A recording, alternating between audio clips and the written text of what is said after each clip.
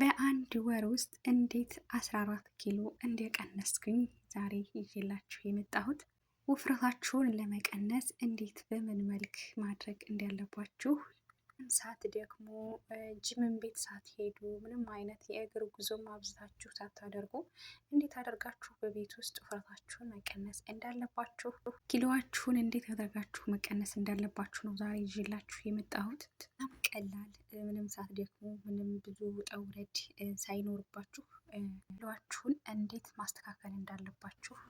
ለቤቱ አዲስ የሆናችሁ በቅድሚያ ቤተሰብ ሁኑ፣ ተቀላቀሉ፣ ሰብስክራይብ አድርጎ ማለት ነው። ሰላም ጤና ይስጥልኝ ውድና የተከበራችሁ የእግሩ ቤተሰቦች እንዴት ናችሁ? ሰላም ናችሁ? አማን ናችሁ ወይ? ውድ ሀገሬ ልጆች በያላችሁበት ሰላማችሁ ብዝት ብዝት ይበልልኝ። ዛሬ ደግሞ በአዲስ ቪዲዮ ተመልሼ መጥቻለሁ ማለት ነው። ክብደት ለመቀነስ ውፍረታችንን ለመቀነስ እንዴት አድርገን እንቀንስ፣ እንዴት አድርገን ኪሎዋችን እንዲቀንስልን ምን ማድረግ አለብን በሚል ዙሪያ ነው ማለት ነው ይዤ የመጣሁት። ቤተሰቦቼ እንግዲህ ብዙ ጊዜ አይታችሁ ከሆነ ብዙ ሰዎች ስፖርት ቤት ይሄዳሉ፣ ግን የማይቀንሱ ማለት ነው። እንግዲህ ስፖርት እየሰሩ የማይቀንሱ ኪሎዋቸው የማይቀንስ ሰውነታቸው ትንሽ እንኳን ለውጥ የማያሳይ በጣም ብዙ ሰዎች አሉ። ግን ስፖርት መስራት ብቻ ውፍረትን ይቀንሳል ማለት አይቻልም።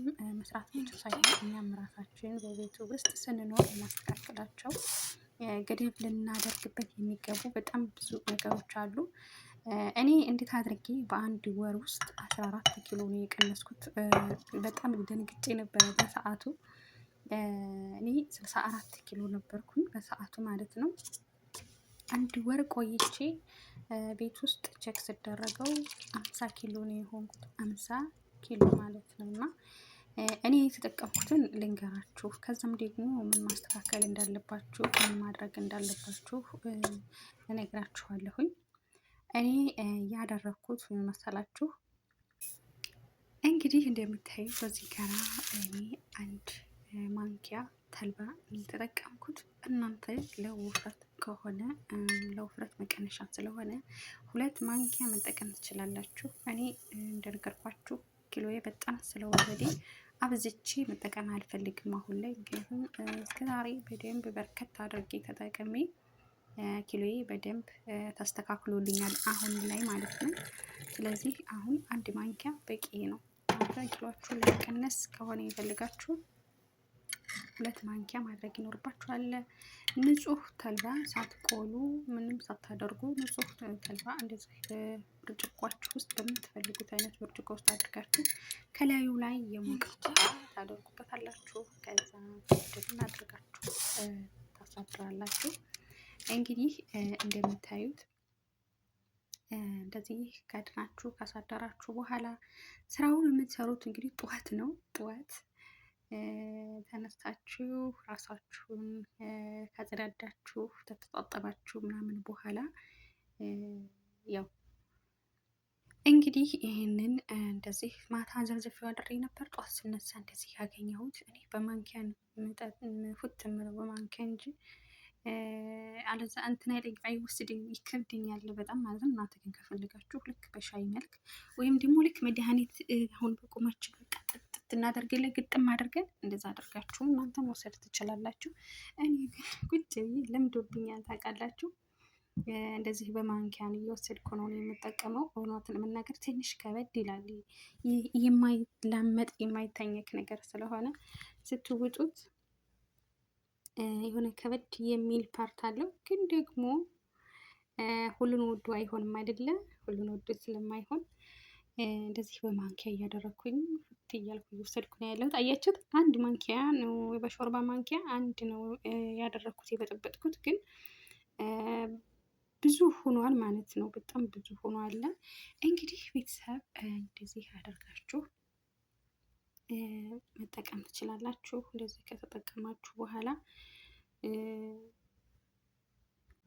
ለ1 ሰዓት ወይም ለ2 ሰዓት ያህል እንደውም ለ2 ሰዓት ያህል መቆየት ይኖርባችኋል ማለት ነው። ምክንያቱም እኔ አሁን እዚህ ጋር በፊት ለፊት እንደዚህ መጠጣት ትችላላችሁ እያልኩ ነበር እያሳየው ያለሁት፣ ግን ሳይለንት አድርገዋለሁ። መከየፍ ስለነበረ በጣም ነው የሚጮኸው መከየፉ። ብስሚላ በጣም ነው ጆሮ ነው የሚነድለው። እና እንግዲህ እስካሁን ያኔ ሳውራ የነበረው የተልባው ስውጥ የነበረውን ስሜት ምናምን እየገለጽኩኝ ነበረ። ካሜራው ተዘቅዝቆ ነው ባፉ የተደፋ ይመስላል ካንሳው። ግን አሁን ስሰማው ትንሽ እንትን ይላል፣ ይደብራል ድምፁ ማለት ነው። በጣም ነው የሚጮኸው ሙከየፉ እና በጣም ነው አዛ የሚያደርገው ለተመልካችም ማለት ነው። እና ካሜራ እንደዛ ዙሬ ወደኋላ እንደገና መልሼ እንትን ማለት ጀመርኩ። ፉት እያልኩ ነበረ በብርጭቆ፣ ግን ይቅርብ ብዬ እንትን አልኩኝ። እና ቤተሰብ ከጠጣችሁ በኋላ ለ2 ሰዓት ያህል ባለ ክብደት ለምትቀንሱ ሰዎች 2 ሰዓት መቆየት አለባችሁ ያለ ምግብ ማለት ነው።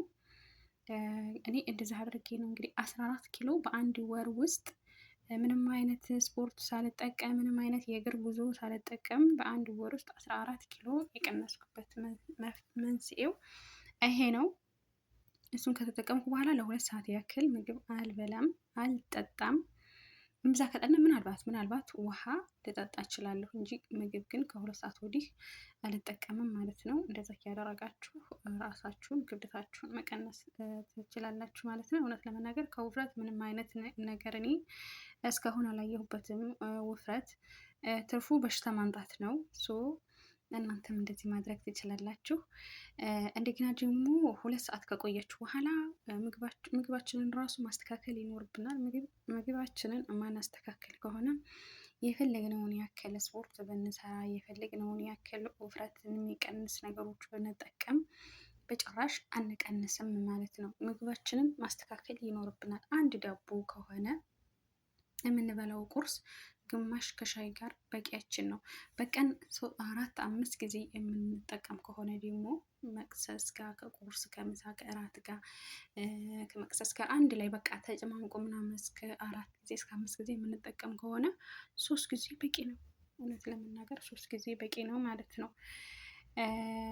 እንደዛ ካላደረግን እንደው ምግቡን ባየነው ሰዓት ባገኘነው ሰዓት እንደው ወደ አፋችን ለከክ የምናደርግ ከሆነ መቼም ቢሆን ውፍረት አንቀንስም። እንደውም እየባሰ ነው የሚሄደው ማለት ነው።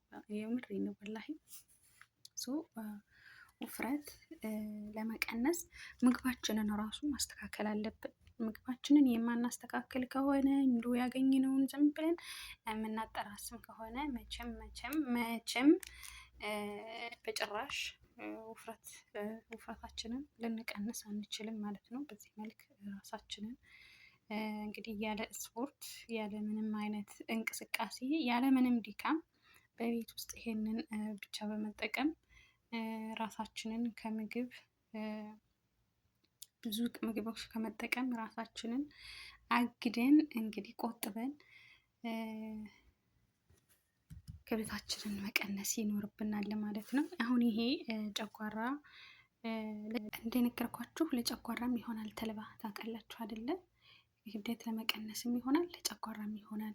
ልዩነቱ ምንድን ነው? ጨጓራ ያለባችሁ ሰዎች ለጨጓራችሁ መድኃኒት ከፈለጋችሁ ደግሞ ተልባውን ሳትቆሉ ጥሬውን በደንብ አለቅማችሁ አጽድታችሁ ፈጩታላችሁ። ከፈጫችሁት በኋላ አንድ ብርጭቆ ምግብ ከመብላታችሁ ከ1 ሰዓት ወይም ከ30 ደቂቃ በፊት በውሃ በጥብጣችሁ መጠጣት። በየትኛውም ሰዓት ምግባችሁ ልትበሉ ባሰባችሁ ሰዓት ምሳም ሊሆን ይችላል፣ ቁርስም ሊሆን ይችላል፣ መቅሰስም ሊሆን ይችላል፣ እራትም ሊሆን ይችላል። ብቻ በየትኛውም አጋጣሚ ምግብ መብላት በፈለጋችሁ ሰዓት ከ30 ደቂቃ በፊት ቀደም ብላችሁ ተልባውን የተፈጫችሁትን ተልባ እየበጠበጣችሁ እሱን መጠጣት ከ30 ደቂቃ ወይም ደግሞ ከ1 ሰዓት በኋላ ቆይታችሁ ደግሞ የምትፈልጉትን አይነት ምግብ መብላት። እንደዛ የምታደርጉ ከሆነ ጨጓራ በሽታን ባይ ትላላችሁ፣ ታስወግዱታላችሁ ማለት ነው። ቤተሰብ ለቤቱ አዲስ የሆናችሁ በቅንነት ቤተሰብ ሁኑ፣ ተቀላቀሉ፣ ሰብስክራይብ አድርጎ አበረታቱኝ ማለት ነው። ቪዲዮንም ደግሞ ላይክ አድርጉት፣ በቅንነት ሼርም አድርጉልኝ። እንግዲህ ዛሬ ይዤላችሁ የመጣሁትን ቪዲዮ ይህን ይመስላል። እኔ እዚህ ጋር ኔስካፌ እየጠጣሁኝ ነው ጋይስ። ኔስካፌ ረስቼ ነበር የሆነ ሰዓት ላይ ደግሞ መልሼ አገረሸብኝ ትላላችሁ። አገረሸብኝ እንግዲህ ነስካፌም በመጠጣት ላይ እገኛለሁኝ። ልማድ ጥሩ አይደለም። የሆነ ነገር ከለመዳችሁ እንትን ይላችኋል። ሁልጊዜም ያንን ነገር በዛ በሰዓት ይደባብራችኋል፣ ይጠፋፈሻችኋል ሁሉና እኔም እንደዛ እያደረገ ስለሆነ በሞቀ ውሃ በቁጣ ፍንጫ ትላላችሁ እየጠጣሁ ነኝ ያለሁት። ውድ የሀገሬ ልጆች ሁላችሁንም ስለምታበረታቱኝ አመሰግናለሁኝ። በሌላ ቪዲዮ እስከምንገናኝ ሰላም ሁኑልኝ። ለቤቱ አዲስ የሆናችሁ ሰብስክራይብ ማድረጋችሁን አትርሱ። ባይ